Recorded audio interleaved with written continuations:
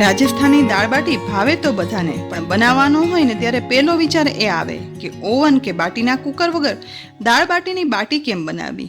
Kitchen સિરીઝમાં આજે અમારા વ્યુઅરની ડિમાન્ડ પર ઓવન કે બાટીના કુકરના ઉપયોગ વગર એકદમ સરળ એક નહીં પણ 2 રીતે બાટી બનાવશું અને સાથે ઘીમાં વઘારેલી સ્વાદિષ્ટ દાળ પણ બનાવીએ. આજે બધી વસ્તુનું માપ 3 વ્યક્તિ ખાઈ શકે ને તે રીતે લીધું છે. દાળ બાટી બનાવવાની શરૂઆત દાળ બાફવાથી કરીએ, જેના માટે અહીં 1/3 કપ મગની ફોતરાવાળી દાળ, 1/4 કપ ચણાની દાળ અને 1/4 કપ મસૂરની દાળને બાઉલમાં મિક્સ કરી પાણીથી સાફ કરી પાણીમાં 1 કલાક પલાળી અને રાખી હતી. અહીં વધારાની દાળમાં તમે અડદની દાળ અને તુવેરની દાળ પણ ઉમેરી શકો છો. બધી દાળ સરસ પલળી ગઈ છે તો પલળેલી દાળમાંથી પાણી કાઢી આ દાળ કુકરમાં ઉમેરી દઈશું. હવે 2 કપ પાણી પણ દાળમાં ઉમેરી દઈએ. સાથે અડધી ટીસ્પૂન મીઠું અને 1/4 ટીસ્પૂન હળદર પાવડર ઉમેરશું. સાથે અડધું ટેબલ સ્પૂન તેલ પણ ઉમેરી દઈશું, જેથી કુકરમાં બાફવા રાખેલી દાળ છે ને તે બાફવા સમયે ઉભરાઈ અને બહાર નહીં આવે. કુકરનું ઢાંકણ ઢાંકી ગેસની મીડિયમ ફ્લેમ પર કુકરમાં 3 સીટી કરી લેવાની છે. એ દરમિયાન બાટીની તૈયારી કરી લઈએ. અહીં મેં 1/2 કપ ઘઉંનો ઝીણો લોટ લીધો છે. બાટીને અંદરથી ફરસી અને મુલાયમ બનાવવા માટે તેમાં 1/8 કપ દૂધની મલાઈ ઉમેરશું. નોર્મલ બાટી બનાવવા માટે આપણે ઘીનું મોણ ઉમેરતા હોઈએ છીએ, પણ મલાઈ ઉમેરશો ને તો પછી ઘીનું મોણ ઉમેરવાની જરૂર નહીં રહે. હવે અડધી ટીસ્પૂન મીઠું, 1/4 ટીસ્પૂન બેકિંગ સોડા, અડધી ટીસ્પૂન અજમો અને 1 ટેબલ સ્પૂન તેલ ઉમેરી હાથ વડે બધું મિક્સ કરી લઈશું.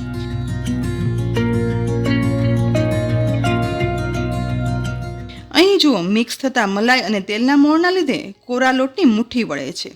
પરફેક્ટ બાટી બનાવવા માટે લોટમાં મલાઈ કે પછી ઘી તેલનું મોણ છે ને તેનું આટલું પ્રમાણ હોવું જરૂરી છે, જેથી મુઠ્ઠી વળે ને તેવો લોટ બને.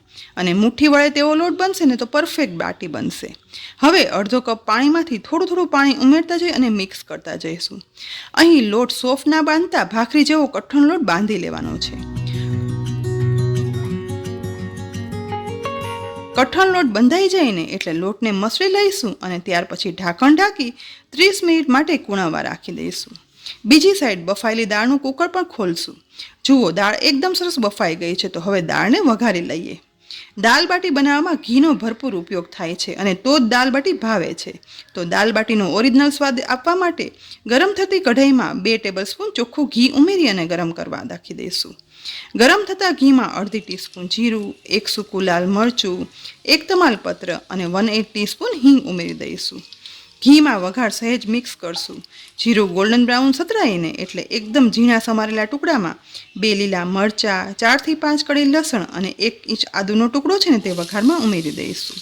હવે બધાને ઘીમાં સાતળશું.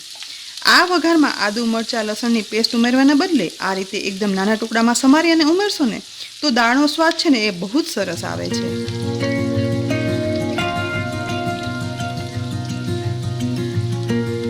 વઘારમાં લસણ ગોલ્ડન બ્રાઉન સતરાય ને એટલે એકદમ ઝીણા ટુકડામાં સમારેલી મીડિયમ સાઇઝની 2 ડુંગળી ઉમેરી દેવાની છે.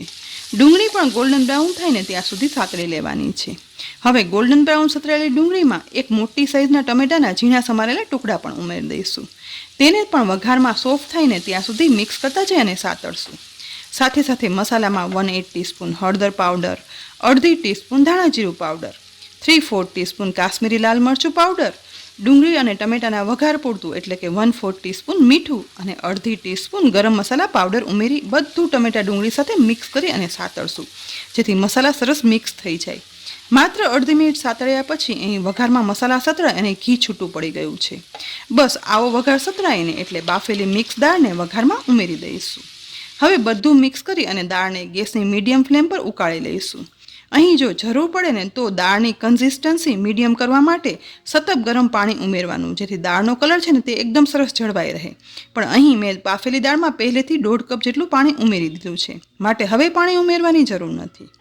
2 થી 3 મિનિટ ઉકળ્યા પછી દાળની કન્સિસ્ટન્સી આવી મીડિયમ ઠીક થઈ જાય ને એટલે ઘીના વઘાર સાથે સુગંધી દાળ બાટીની દાળ તૈયાર છે. તો હવે સમારેલી કોથમીર વડે આ દાળને ગાર્નિશ પણ કરી લઈશું અને ગેસની ફ્લેમ બંધ કરી દઈશું. દાળ બની અને તૈયાર છે.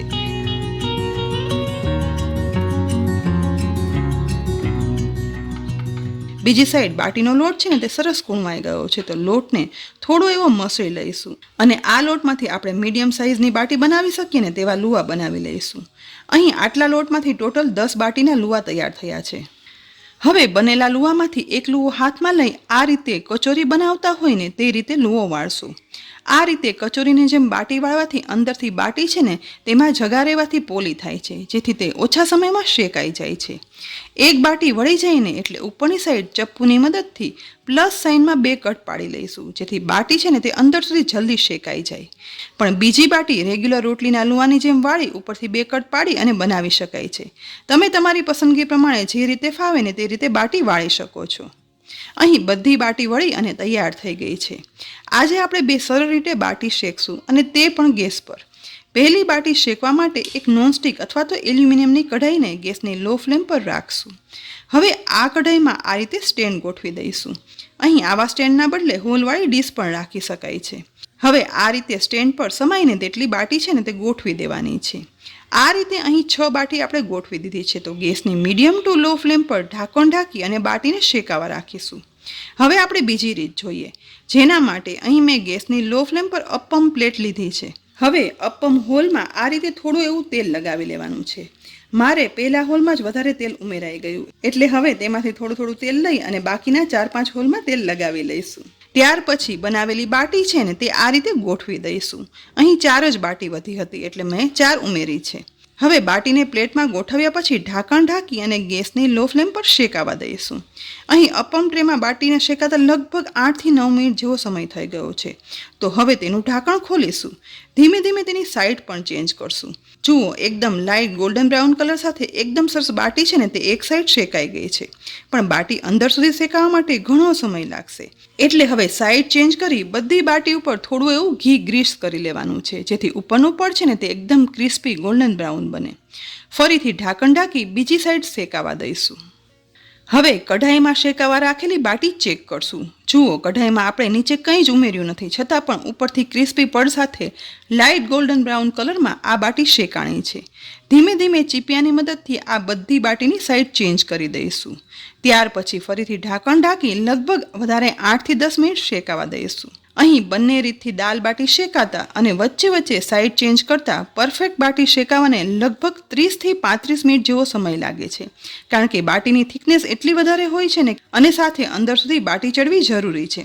માટે કોઈ પણ વિડીયોમાં જો તમને એમ કહે ને કે માત્ર 10 મિનિટમાં કે ઇન્સ્ટન્ટ બાટી બને, તો તે ક્યારેય શક્ય જ નથી. અને દરેક વાનગી બનાવવા માટે તેને જેટલો સમય લાગતો હોય ને તે આપીએ ને તો જ પરફેક્ટ ટેક્સચર અને પરફેક્ટ સ્વાદની કોઈ પણ વાનગી બને છે. અહીં ટોટલ લગભગ 30 થી 35 મિનિટ પછી અપમ પ્લેટમાં રાખેલી બાટી જોઈએ.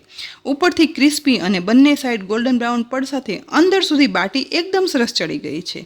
અને બેકિંગ સોડાના કારણે સાઇઝમાં પણ થોડી મોટી થઈ છે. વળી અંદર સુધી ચડી છે ને, માટે એકદમ ક્લીન સ્ટિક બહાર આવે છે. તો આ અપમ ટ્રેમાં પરફેક્ટ બાટી બની અને તૈયાર થઈ ગઈ છે. તો ગરમ બાટી રહે ને, માટે તેને અપમ ટ્રેમાં એમ જ રાખી દઈશું. પીરસવા સમયે તેને બહાર કાઢશું. હવે એ જ રીતે કઢાઈમાં શેકાતી બાટીને પણ 35 મિનિટ પછી ચેક કરી લઈએ. આ બાટી પણ ઉપરથી એકદમ ક્રિસ્પી અને લાઇટ ગોલ્ડન બ્રાઉન કપડની બની ગઈ છે. અંદર સુધી શેકાઈ પણ ગઈ છે. તો હવે આ બાટીને પણ એમ જ રાખશું. સાથે સાથે આપણે દાલ બાટીની ડીશ પણ પીરસી લઈએ. પ્રથમ પ્લેટમાં ડુંગળી અને મરચાં સાથે ગરમા ગરમ ઘીના વઘારવાળી મધમધતી દાળ પીરસી લઈએ અને ત્યાર પછી બાટી પીરસીએ.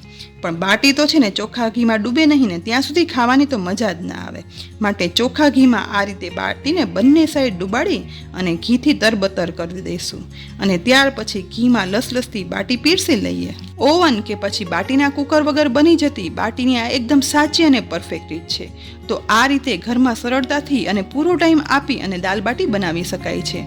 અને સ્વાદ તો બિલકુલ રેસ્ટોરન્ટ જેવો પરફેક્ટ જ આવશે. તો ફ્રેન્ડ્સ, આજે રેસ્ટોરન્ટ જેવી જ પરફેક્ટ સ્વાદની દાલ બાટી અને તે પણ ગેસ ઉપર બનાવવાની સરળ રીતથી તમને કેવી લાગી? કોમેન્ટ બોક્સમાં લખી અને જરૂરથી કહેજો. સાથે જ રેસીપી ગમી હોય ને તો લાઈક કરી અને શેર કરજો.